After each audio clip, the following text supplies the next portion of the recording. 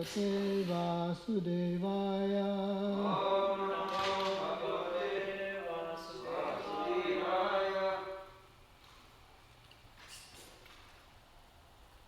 It's striking, when you hear these different things. We heard two things from Mother Mukhya she was reading this morning. First, the letter that Prabhupada wrote to Yugala Kishore Prabhu.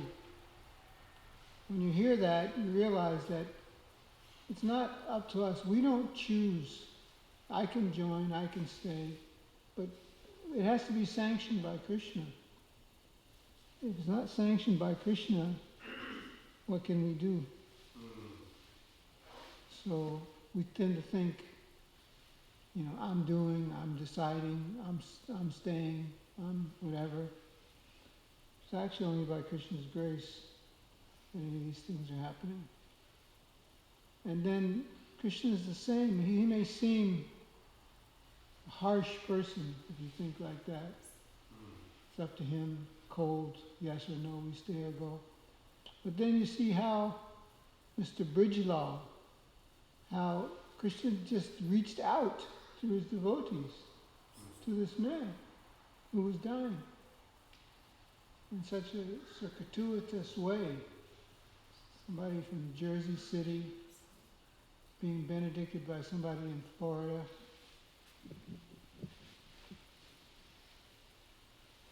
Through a relative. Sankirtan movement so potent that even through a relative of the devotee, Krishna's mercy can be given. So we're fortunate. Om Namo Bhagavate Vasudevaya.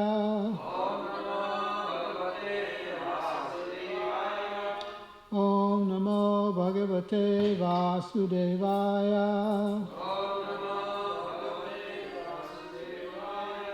Om Namo Bhagavate Vasudevaya.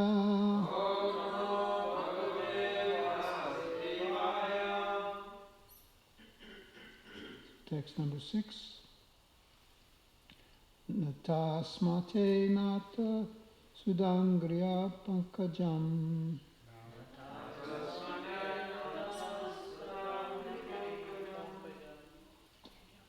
Give me the tune for this.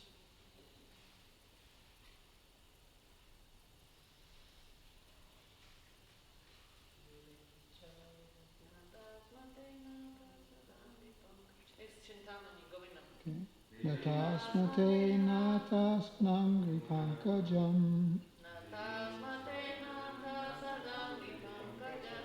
Virincha vairancha surendra vanditam.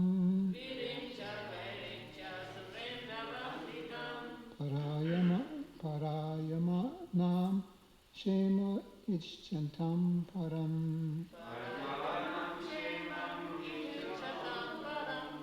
Nayatra kala bhavavet para puja prabhu.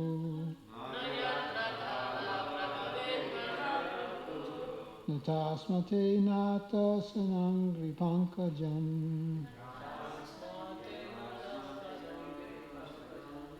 Virancha vairancha surendra vanditam.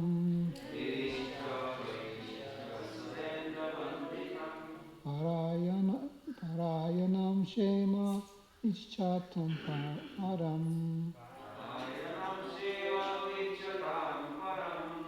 Nayatra kala bhavavet para prabhu.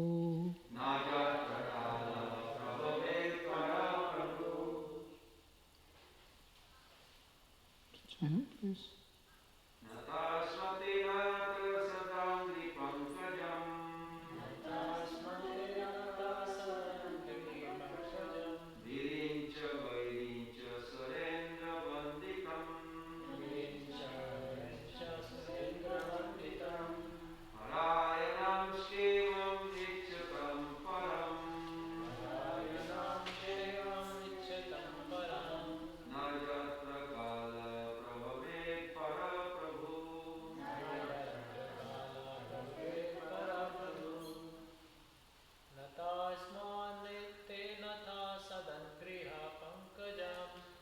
Tasmasena tasanam Virincha Vairincha Surendra Vanditam Vairincha Vairincha Surendra Vanditam Parayanam Shivam Ichitam Param Parayaman Sima Ishtam Param Nayatra Kala Prabhavet Para Prabhu Nayatra Kala Bhagavat Paraprabhu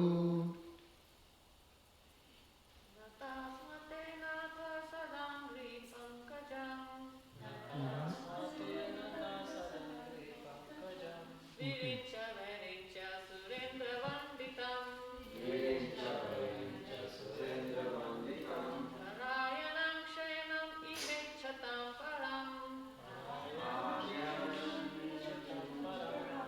Nayatra Kala Prabhavet Paraha Prabho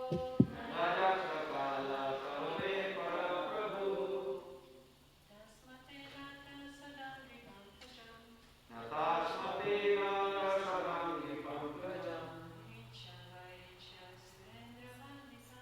Virincha Vairincha Surendra Vanditam Narayanam Shayanam Imechatam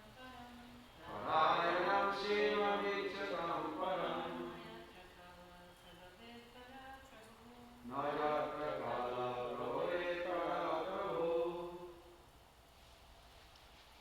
Word meanings nata, bowed down, sma, we had done so, te, unto you, nata, O Lord, sada, always, angri pankajam, the lotus feet, virincha, Brahma, the first living being, Vairincha, sons of Brahma, like Sanaka and Sananda, Sanatana, Sura Indriya, the king of heaven, Vanditam, worshipped by Parayanam,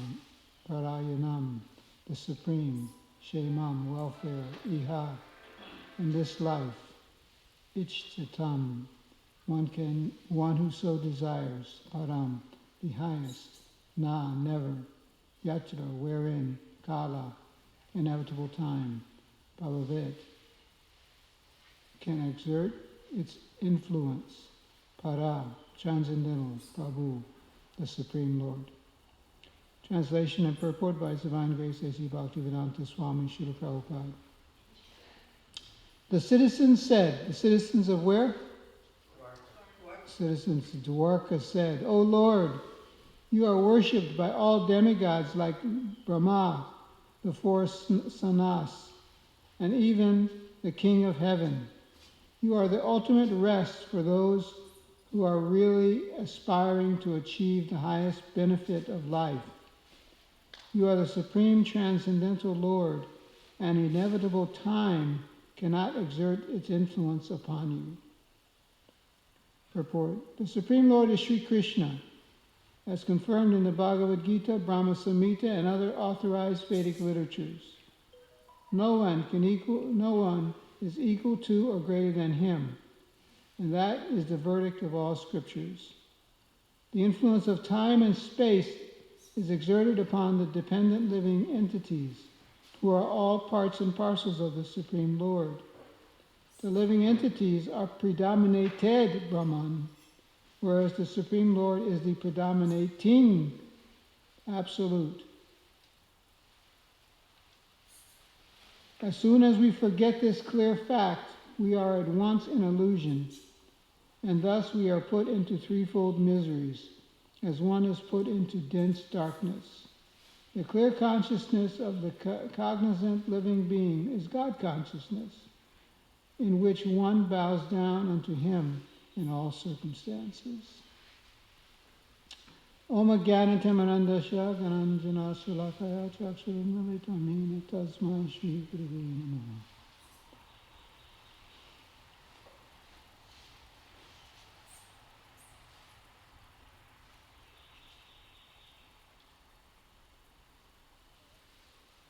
So the point that I would like to speak about this morning, which I find significant in this verse and purport, is that there's a description of how Krishna, the Supreme Lord, is different from us, the dependent living entities.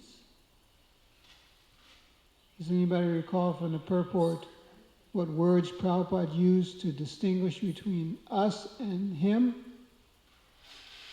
Dominating and dominated.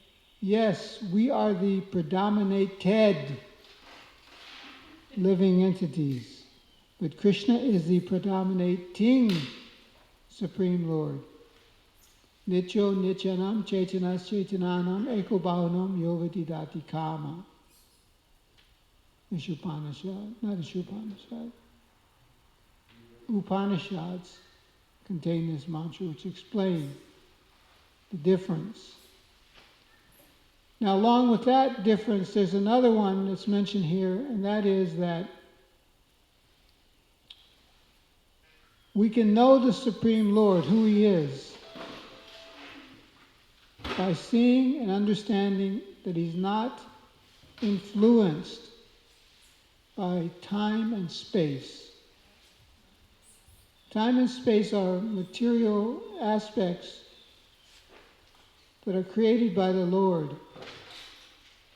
But He's not controlled by these, but all the predominated living entities are controlled by these things, among other things. Time and space are not all that combines, condemns us to this material world, but they are very much part of our conditioning, time and space. But they're not part of the Lord's existence. He's not subject to time and space. So I'd like to give several examples, and maybe you can also contribute some examples about how we see this in Lord Krishna's pastimes. For instance, if we go to Bhagavad Gita, in the 4th chapter, there's a part of a purport that I wanted to read that explains how we can know the Supreme Lord is different from us.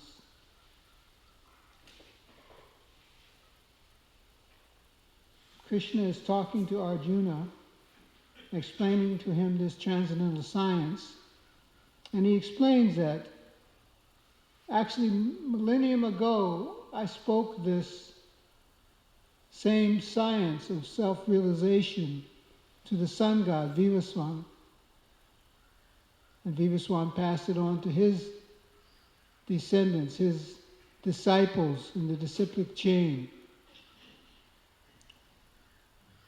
And so Arjuna was struck by this. He said, well, wait a minute.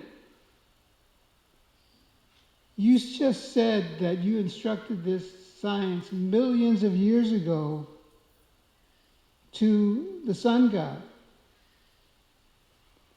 But we're standing here, I know you, you know me, we're friends, we're around the same age. How is it that you described this millions of years ago? And Krishna responds. He says, many, many births both you and I have taken. I can remember them, but you cannot. Also, doer of the internet. So we're talking about time here, a time differential of millions of years. And Krishna's explaining to Arjuna, I'm not influenced by time. Try to understand. Somewhere we were hearing the other day that Krishna wants us to know him. Was that in a Bhagavatam class or something? Was that someplace else? Krishna wants us to know him. Wherever it was, it doesn't matter because the point's the same. Krishna wants us to know him. And one of the first things that we should know about him is that he's not influenced by time. Time has no effect on him. Time has effect on everything in this world, but it doesn't have influence on him. That means he's transcendental to this world. That fact we have to know about him. Let me read to you some of this purport from chapter 4 of Bhagavad Gita, text number 4. Arjuna said, this is the verse. Arjuna said, the sun god Vivaswan is senior by birth to you. How am I to understand that in the beginning you instructed this science to him? Purport's very instructive. Let's find the starting place here.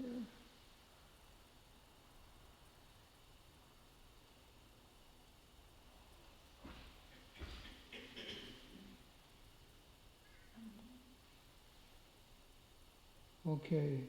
Arjuna put this question before him in order that Krishna would describe himself without being depicted by demons who always try to distort him in a way understandable to demons and their followers. Such a heavy statement that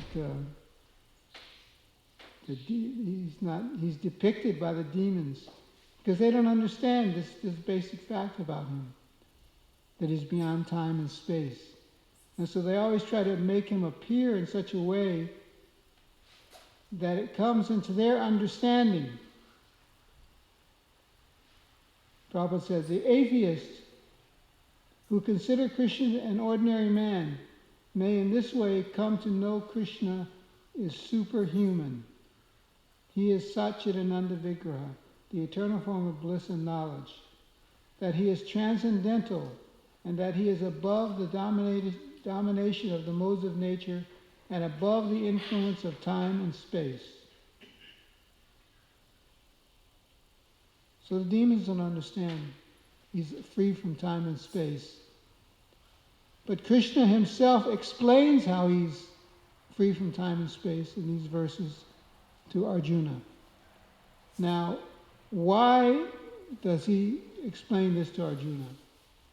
And this is key to a lot of the examples we're going to be talking about in the class today. Why is he explaining this to Arjuna?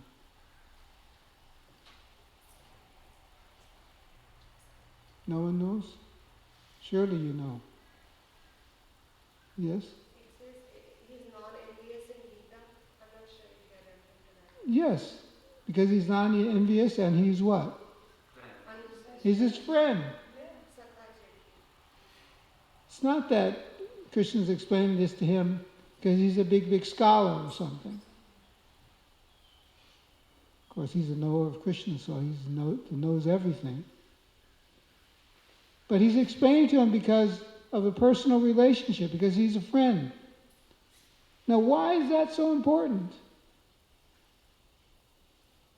What makes Arjuna being a friend the key to Krishna explaining to him this transcendental nature of himself? Friends tend to respect and listen to one another. Yes, because they're what? I'm sorry? Be- because they're what? Because they're friends, because they're people.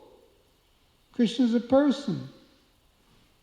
That's why he's explaining to Arjuna, because Arjuna is a person also and he's his friend. So this is very important, and we'll see it in the other examples of how Krishna is free from time and space. I have several of them listed here, and I'm sure all of you can add to them, so we'll discuss them just to hear this knowledge. Not because we're scholars or something like that, we may be, but because we want to know Krishna, we want to know who he is, we want to know him. What's he like? Right here, standing. Yes. He makes himself so available that I should speak for myself. Basically, I discovered last week that I'm an impersonalist. And I'm an impersonalist because I can't tell you when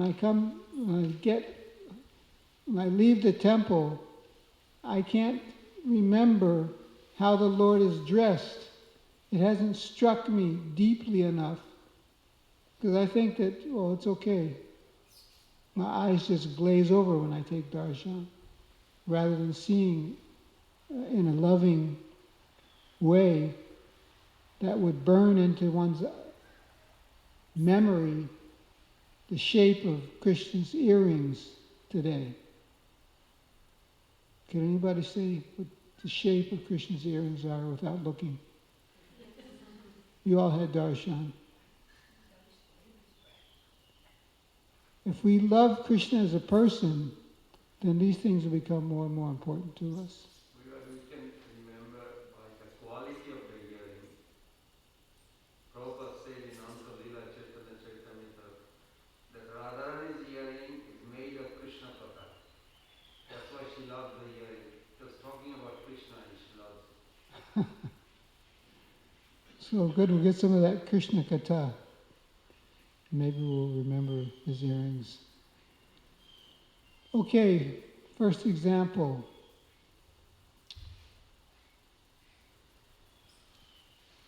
King Nriga.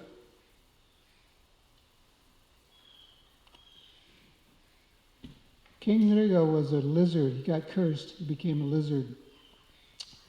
And one day, when the young boys of the Kuru dynasty, of the Yadu dynasty, went on a picnic. Prabhupada explains in Krishna book. They went on a picnic. And they became thirsty after running around, and they went to this well to get some water. And what did they see in the well? A big lizard. And so they tried to get the lizard out because they're compassionate. They thought this lizard is stuck here, so let's try to get him out. But they couldn't get him out. So when they went back home, just like any excited child, when they get back home, they want to tell their father, their mother, what they saw, what they did. So they explained that, we saw this big lizard in a well. We tried to get him out. We couldn't get him out. And when Krishna heard the boys saying like that, he thought, well, okay, let me go and get the lizard out. Help this poor creature. So he went there, and how did he get the lizard out?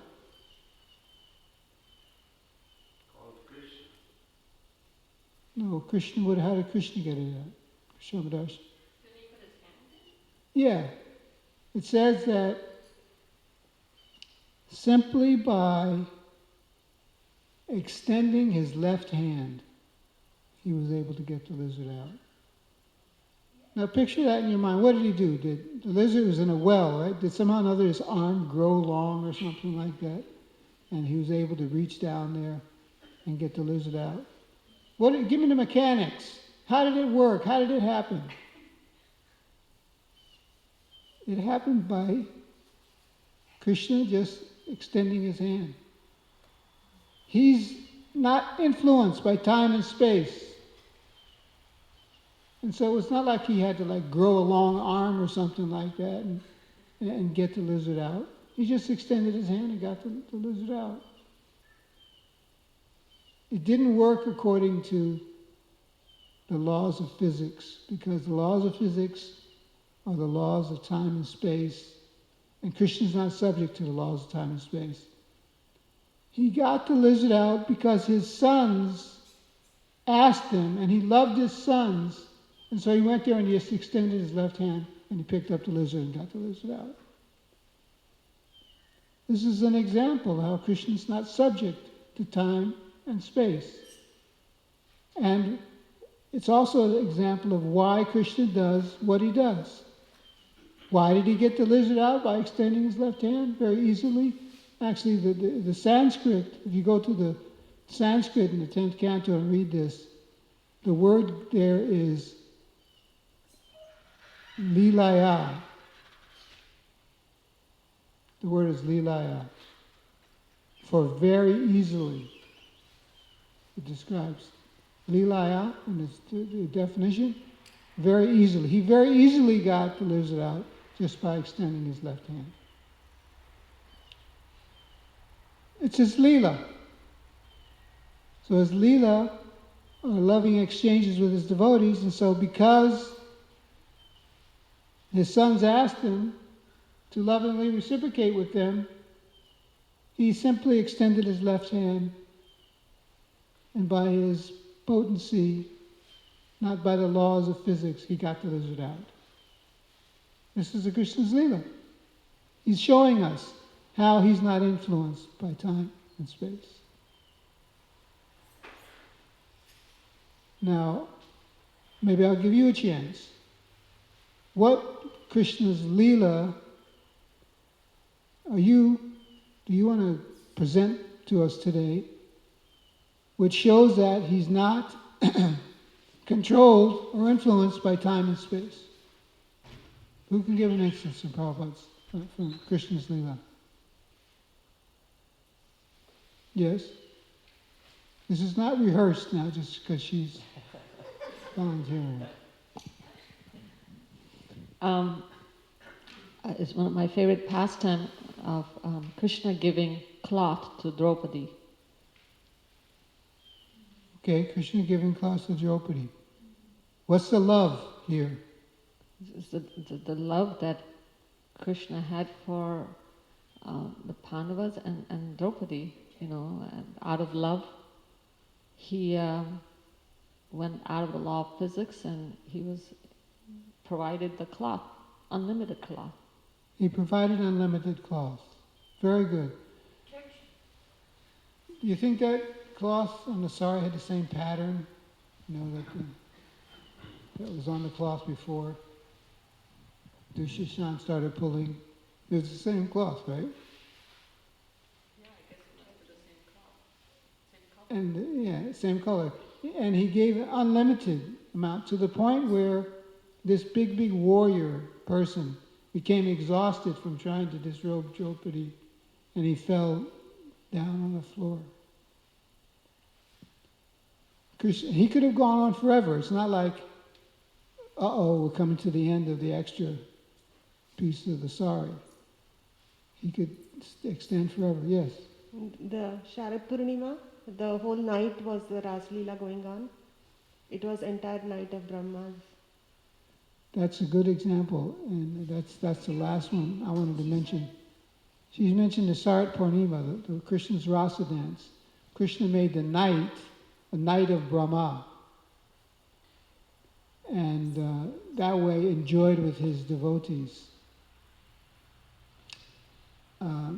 Not according to the laws of physics. Yes? Oh, you have more? And one more, Lord Brahma stealing cowherd boys. Krishna manifests as cowherd boys. Okay. The Sri Devi. I was just thinking of examples of space, because those are like examples of time. Like how he is in various places simultaneously. Oh, yes, that was Narada Muni's fascination. Narada Muni came and he visited the 16,108 palaces of Lord Krishna at Dwarka. And he was moving, he was testing, he wanted to test Krishna for our understanding. So he was moving very quickly from one palace to another, so it's not like Krishna could have beat him there or something. But he saw very quickly, going from one palace to another, how Krishna was engaged in loving exchanges with his devotees, and 16,000 palaces in 16,108 different ways. Different times. So some places, wasn't it? It was like Morning, somewhere evening. somewhere morning, somewhere evening, some different seasons were there, all simultaneously. I mean, according to the law of physics, time and space, it can't happen. It's the same person. I have one that I like also. That I'll just say now.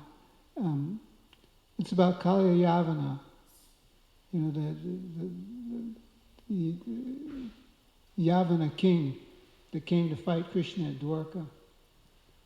He had heard about Krishna from Narada Muni, and it's a nice description given there that he saw Krishna walking among the armies, just walking, out for a stroll in the battlefield. It's not like he was on his chariot or something like that. He was just walking.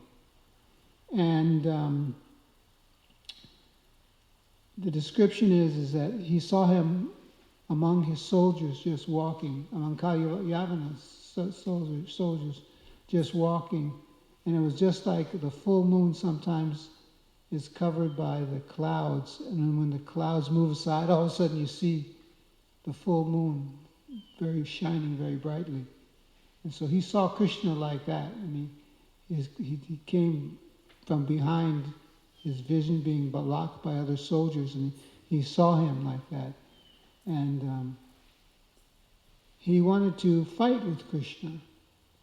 So Krishna was out for a stroll walking in the army, right? And let me just get this. I want to read it to you.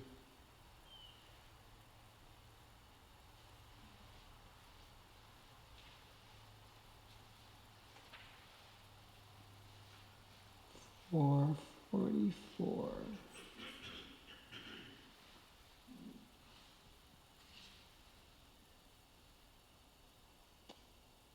Krishna, however, okay, it says here, he decided to fight with him hand to hand because Krishna was walking. He didn't take up any kind of weapon. So this is Kalyavana, decided to fight Krishna hand to hand. Thus he prepared to capture Krishna and fight. Krishna, however, went ahead without looking at Kalyavana, and Kalyavana followed him with a desire to capture him. But in spite of his running, his swift running, he could not capture Krishna. Prabhupada says Krishna cannot be captured even by great yogis traveling at the speed of the mind. He can be captured only by those who follow the path of devotional service. And Kalyavana was not practicing devotional service. He wanted to capture Krishna. Since he could not do so, he followed him from behind. So just picture this. This powerful warrior. I mean, these guys were in shape. It's not like they weren't in shape. And so they could run. They could fight. And you have this powerful warrior running as fast as he can behind Krishna, but he can't catch him. Kalyavana was following, running very fast, but he still could not catch Krishna because he was not freed from all contaminations of sinful life.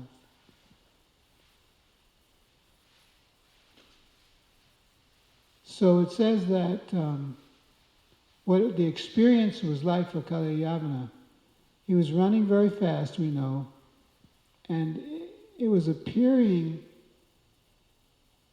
virtually, that Krishna was appearing virtually within reach of his hands at every moment. In other words, he was running and he thought, now I got him. I'm close, I'm going to grab him now. But he was always just a little beyond the reach of his hands. He couldn't grasp him. He couldn't catch him. And it's described by Prabhupada here. Not because he wasn't fast enough, he wasn't strong enough, but because he did not, he wasn't freed from all contaminations of sinful life. So if we're sinful, we can't know Krishna, we can't capture Krishna, we can't see Krishna certainly. Therefore, I was saying about the letter that Prabhupada wrote to Yugala Kishore Das Brahmachari, that it's a privilege. We're invited in, we're let in. Not that we can crash the gates. We're let in. Otherwise, we'll never get in. Kalyavana is very strong. He couldn't catch up to Krishna even though he was running very fast. So that's one. And anybody have another one? How Krishna is not influenced or controlled by time and space. And he displays it with loving pastimes with his devotees. Of course, we all know Damodar Leela, isn't it? Damodar Leela. 2 fingers short all the time. No matter how much rope Mother Yashoda got, 2 fingers short all the time. She was very determined. She was determined out of love for her child to teach her child a lesson. Therefore, she was going to tie him to the grinding mortar. And she tried. She went after so many ropes in the house. Bring more rope, bring more rope, bring more rope. But it's always the same, 2 fingers too short. So how did it finally end? What does Satyavati Muni's Bhajan say? How she tied him up? How did she finally bind her child? With love. With her love. That's how he finally got bound up. Transcendental love. Again, nothing in time and space could help her accomplish that. But her love for Krishna. When Krishna saw her exerting her loves to the point where she was sweating, she was laboring so hard, then he agreed, this love will bind me up. So Damodar Leela. There's another Leela with Mother Yashoda. And Krishna was a small boy. Eating dirt, yes. Balaram accused him like this. Did Krishna do something to make Balaram upset so that Balaram told Mother Yashoda that he's eating dirt? Is that described? Maybe he's concerned about his health. It says that Krishna said that afterwards Krishna said that Mother Yashoda, Balram is lying because we defeated him in the fight. Okay, Is that right? yeah, all right. So they were playing and the boys were defeating, and so Balaram's side got defeated. And so therefore he was upset. And therefore, what did he do? He went to Mother Yashoda and said, Krishna's eating dirt. Naturally, out of love, Mother Yashoda was concerned. And so she demanded, Krishna, you're eating dirt? Show me. Show me your mouth. Open your mouth. And then what happened in terms of time and space? The whole universe. The whole universe was in Krishna's mouth. How is it possible? Mother Yashoda was looking at Krishna's mouth, and the whole universe was there. Not one, unlimited. Unlimited universes are there. So then what happened? She started becoming bewildered. She started talking like a philosopher, isn't it? She started describing Krishna, his glories, how he's beyond time and space. And again, Krishna got concerned. His Mother Yashoda was confused by Krishna's appearance this way, and so therefore he shut down that vision of the universal form. Because she was going out of the affection. Yes, he was leaving the affection.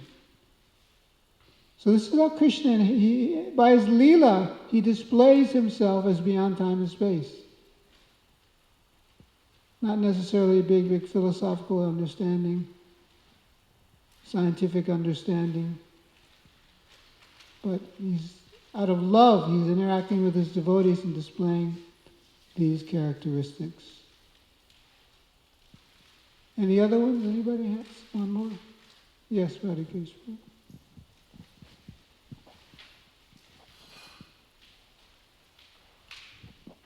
I think of when the Pandavas were in exile, and Draupadi was very anxious because Durvasa Muni and all his disciples wanted to come for prasadam, and she only had 1 grain of rice left in that pot. And she prayed to Krishna, and Krishna came and he ate that 1 grain of rice, and Durvasa Muni and his disciples were all fully satisfied, and they never came to their house. Isn't it described, someone describes that they started belching, they were like so full of, it's like they couldn't eat anything, nothing more they could eat because they were completely full. They were afraid They were afraid. to confront. They have to eat. Okay, so they're running away out of fear because they're afraid. So Krishna, he protects his devotees. Twice we heard the Pandavas and Draupadi, the vicious assembly, and now Durvasa Muni. Krishna saves his devotees in these ways that are beyond time and space, beyond material understanding. So this is how the residents of Dwarka are greeting. They're offering these prayers to Krishna on his arrival in Dwarka, describing him in this way, that he's predominating, not predominated, and that he's free from the influence of time and space. So anyone have anything, reflections, questions, anything to add? I have one question. Thank you for the very nice, enlightening class. We've talked about all these ways in which Krishna protects his devotees, but at the same time, doesn't Krishna allow his devotees to go into that distress so he can protect them? Well, the conditioned soul, Krishna describes in Bhagavad Gita that, yes, I created everything and everything is dependent upon me. I'm the predominating, you're the predominator.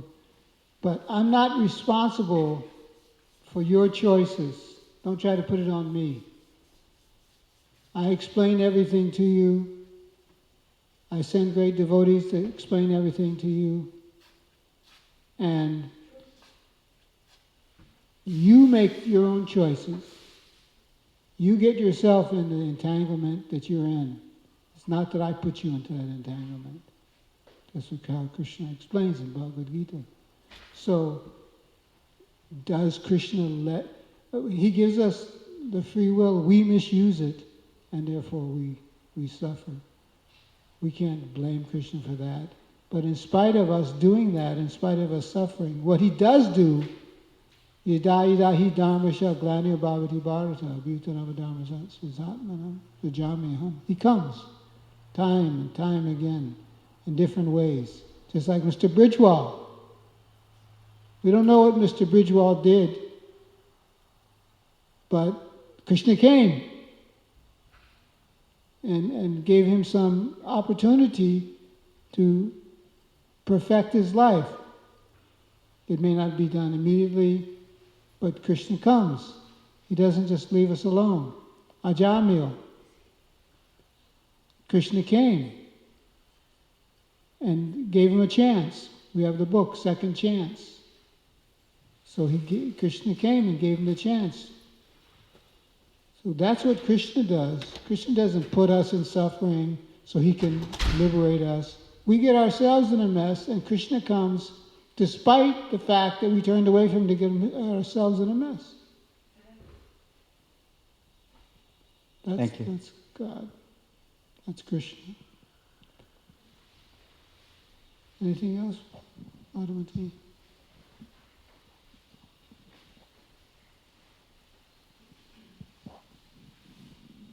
You were mentioning in the start of your class about the impersonal, that we're impersonal.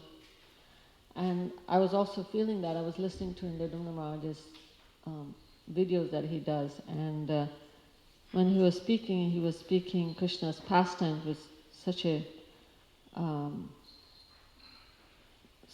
relish. And I was thinking, wow, I hear these pastimes and sometimes they're just like okay, I've heard it, and it doesn't seem much, doesn't do much. But so I was praying to Krishna, and what I wanted to share was that I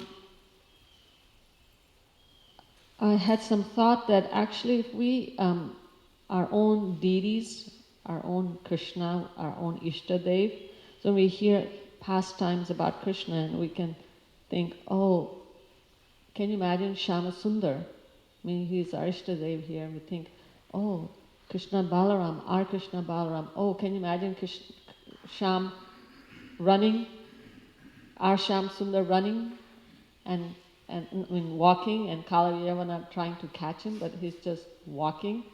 And I was thinking is that actually if we are able to see our Krishna here and think about him and understand that these are his pastimes that we're talking about, then it makes it a little, gives a little sense of personalism.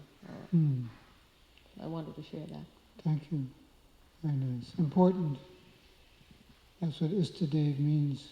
Our community. We're all dedicated to Radha Shyam Sundar, Krishna Balaram, Shri Gauranta, Lakshmi Srina, Prahlad Maharaj, Srila Prabhupada. We should feel it personally, act it personally.